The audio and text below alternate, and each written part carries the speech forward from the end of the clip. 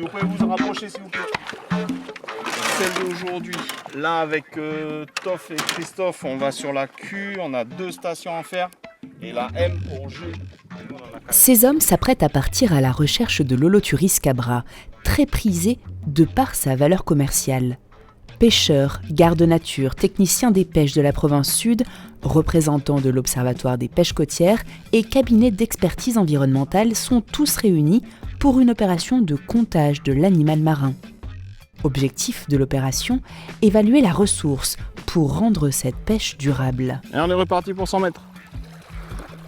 C'est de faire en sorte que cette pêcherie perdure sur le temps, qu'on rentre sur des cycles un peu plus durables.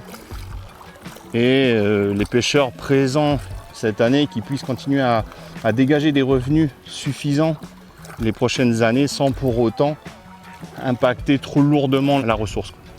En résumé, le travail qu'on fait là aujourd'hui pour la partie provinciale, c'est vraiment d'adapter le code de l'environnement par rapport aux réalités de terrain et également les enjeux environnementaux, sociaux et économiques qu'il y a derrière sur cette pêcherie.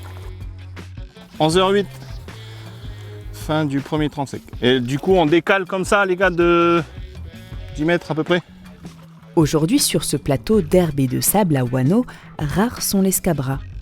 Les équipes, constituées de 3 hommes chacune, ratissent des zones prédéfinies grâce à la méthodologie apportée par le cabinet d'expertise Soproner.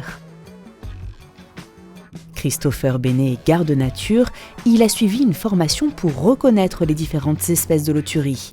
Cette opération est une aubaine pour lui, désireux de comprendre tous les enjeux de cette pêche. Ça enrichit nos connaissances par rapport à l'espèce et par rapport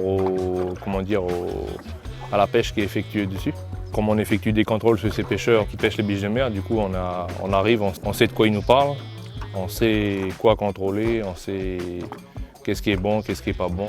L'opération est financée par le 11e Fonds européen de développement, articulé par le projet Protège, et ce, partout en Nouvelle-Calédonie. Le but, c'est justement d'avoir un maximum d'acteurs, d'administration dans ce projet-là, pour que ce même type de méthodologie soit réutilisé pour pouvoir, si on peut dire, monter en expertise un maximum d'agents pour à terme pouvoir le faire sans forcément un cabinet d'expertise qui nécessite forcément des sous et des financements, quoi.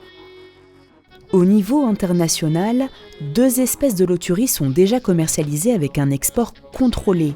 La scabra, 3e espèce à forte valeur commerciale, doit être préservée pour ne pas voir son export à son tour réglementé. Cette étude de stock permettra donc d'identifier et de dégager les quantités prélevables par bassin de production et ainsi déterminer des quotas pour les pêcheurs.